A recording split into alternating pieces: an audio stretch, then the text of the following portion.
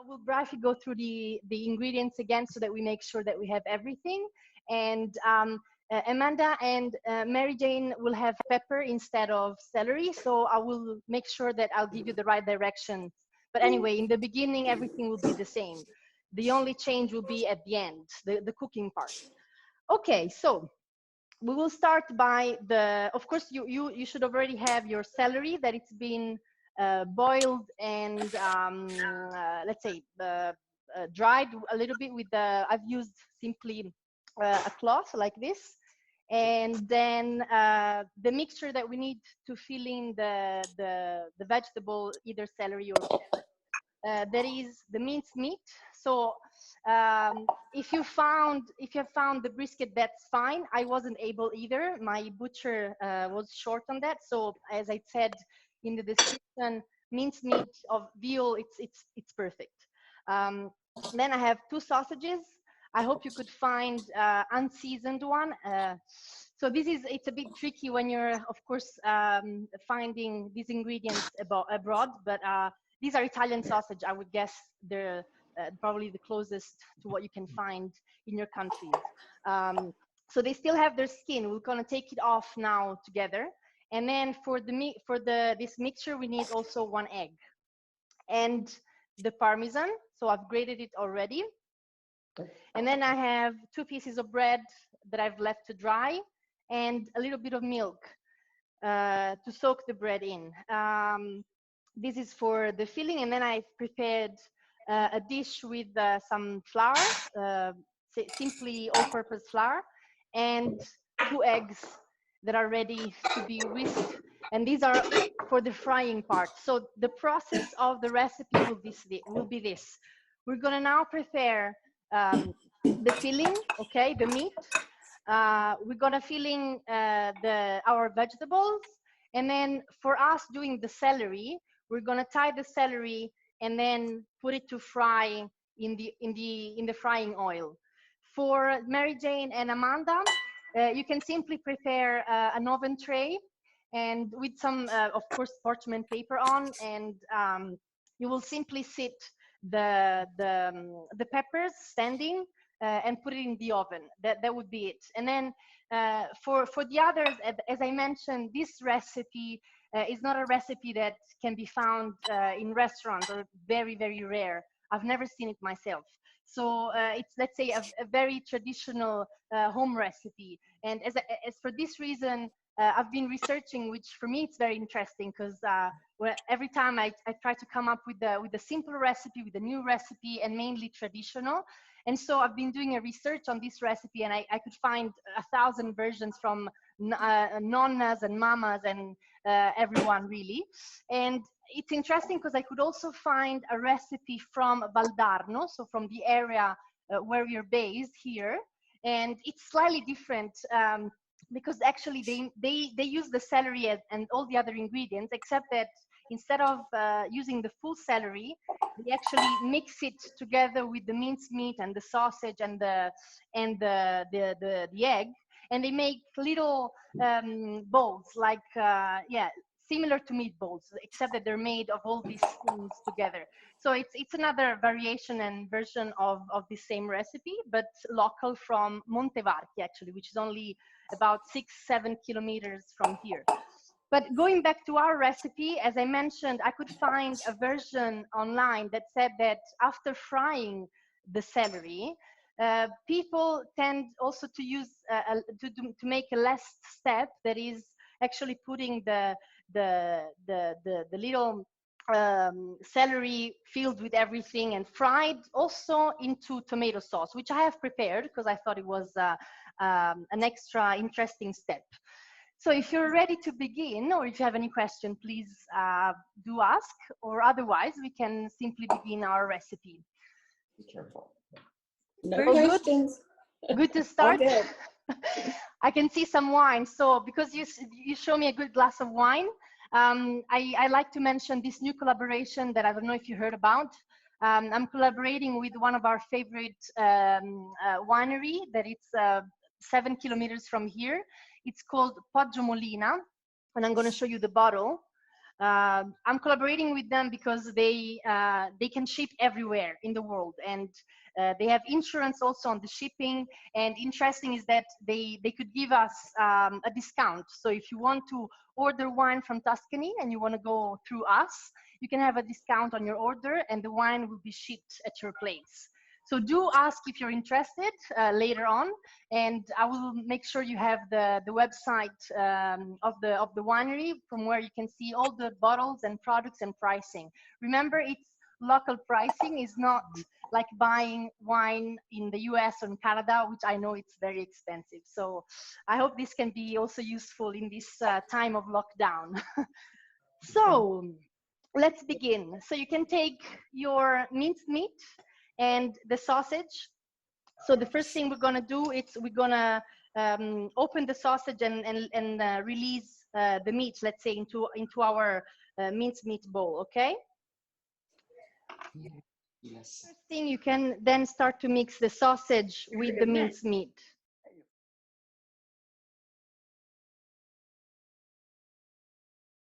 All right. So next, I'm gonna put in the egg. It's a full egg, okay?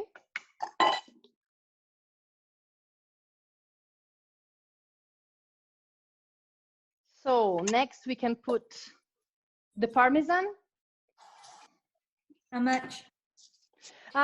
So the recipe said 2 generous teaspoon. I've done a little more, I think, because I like it very much. But if you have the grated one and you want to stick to the recipe, 2 generous teaspoon should do.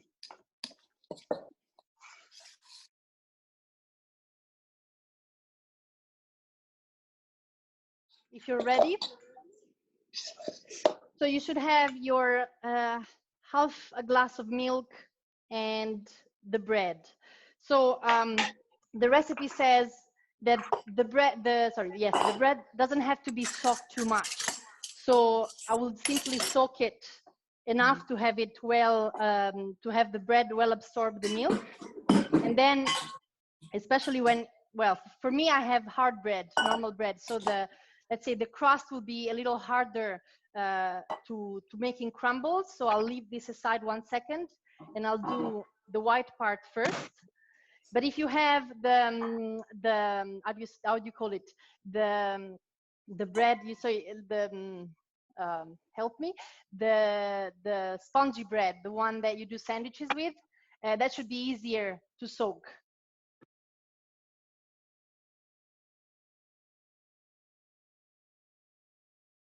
Are you done with the bread? Yes.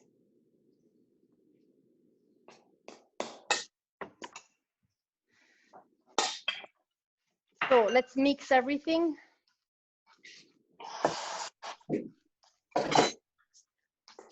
So you can do this part also with your hands if you don't mind, because this will make sure you mix in everything very well.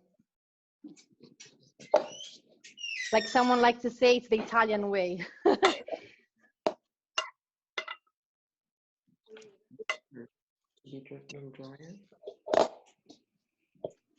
How dry should it be? Quite dry, actually. If you realize you have, I don't know, milk on the bottom, you can also you should drain it, because it doesn't have to be too wet. It kind of has to say, I could do meatballs with it. I don't know if you can see. It's it's wet, of course, because it's minced meat, but it doesn't have to be watery. So if you have any liquid to drain, you can drain it.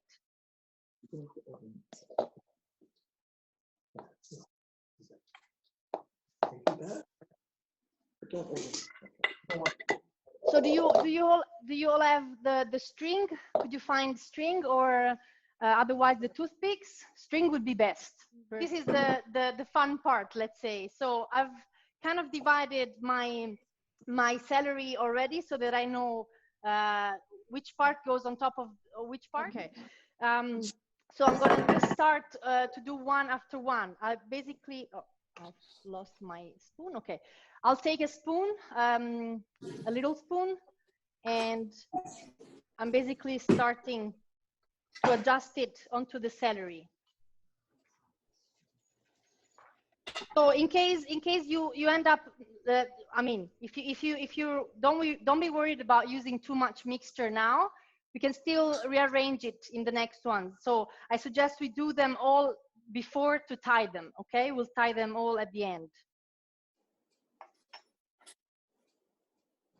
Could you only do one half of it? Do we do both halves or just one half?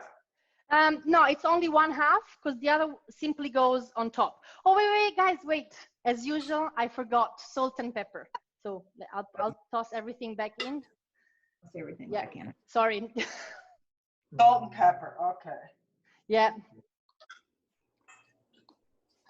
I leave it always for the end and then I forget every time. Sorry.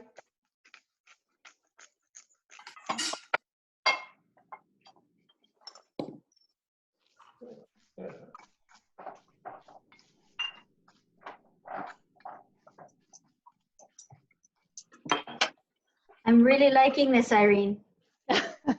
I'm happy.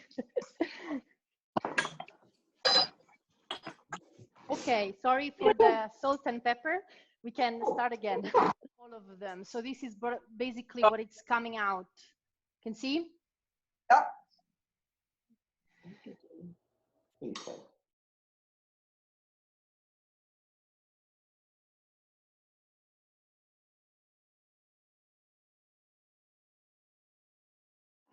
I have a lot of leftover. What should I do with it? Yeah, me too. Well, you can store it in the fridge and use it. I can give you some suggestion because I will have to use it myself. So I can give you some suggestion on how to use it.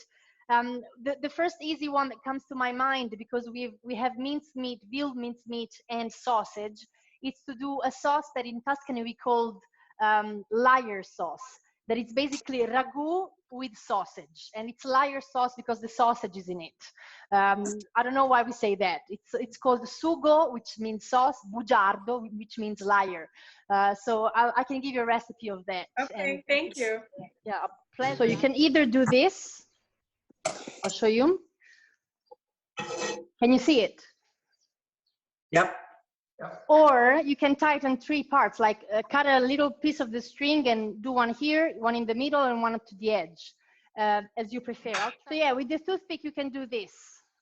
You can also cut it ahead. I'll probably put a 3rd one in the middle, so to make sure that everything stays together.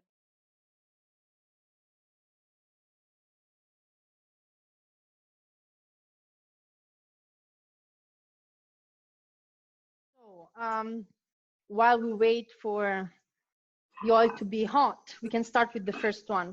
So toss it into the flour very well, okay? Make sure it's all well covered with flour. Also on the edges. I'll prepare a few before to put them in the egg, because I'm still waiting for the oil to be hot enough. Okay, so I'll start with the first one. So you pass it into the egg, also on the edges.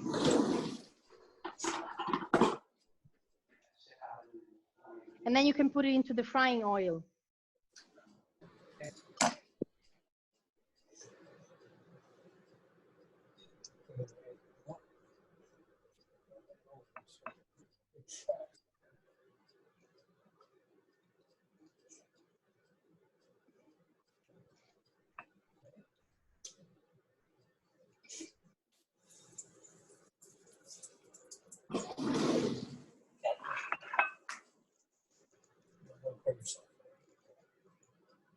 All good?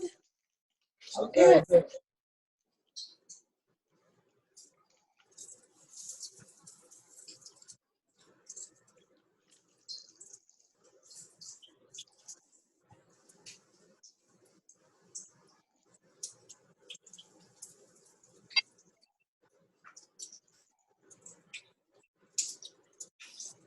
Yeah.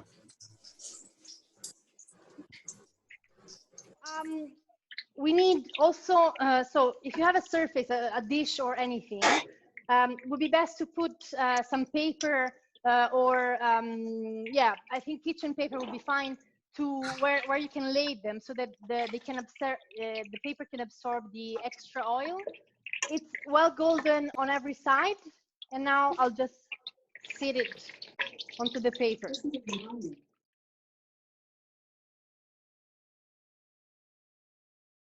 Yes, this has been a joy today. Thank you.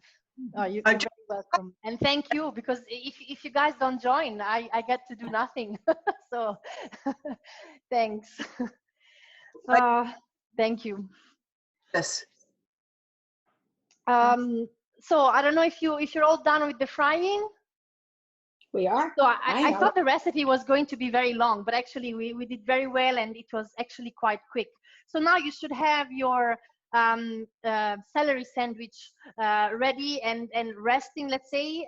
And so for those of you, again, for those of you who have prepared or want to prepare a tomato sauce or a meat sauce aside, okay. Everything's good. Thank you, Mary. Well done, Thank you. Irene. Well done, Grazie. Grazie. Very nice. Thank you very much. Enjoy your dish, or when you will do, let me know how it came out and if you're happy with it. And if you're not happy, tell me. We'll find a solution, or I owe you a dinner, basically. It smells delicious. I think we'll be fine. Good, good. Cheers, Thank you Irene. again, everyone.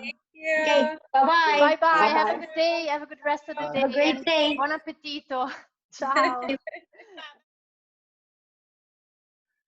Hi, my name's Annette. I live in Mississauga, which is just outside of Toronto, Canada.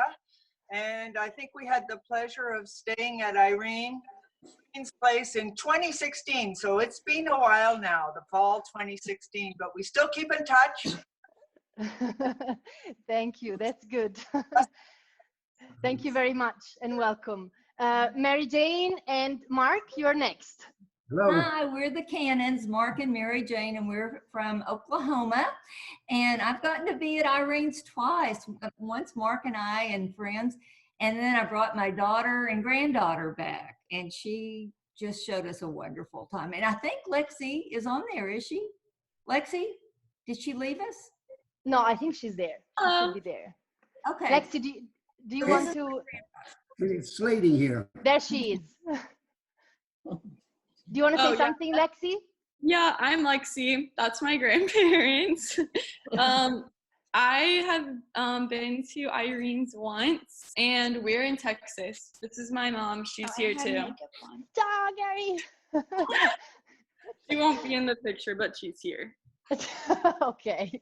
Thank you very much. Pam, you're next on the line. Hello, I'm Pam Walker in Houston, Texas. And we were there in 2017 and anxious to go back. Had a great time. Thank you very much. I love it there.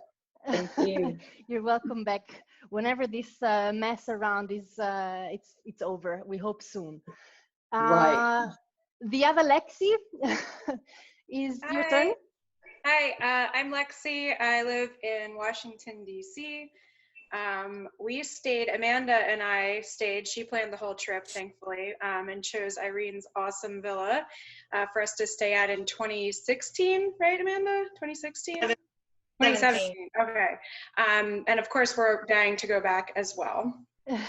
Thank you. Very happy to hear that. Then next I have Bruce and Janice. Hi, I'm Bruce. This is Janice Burke.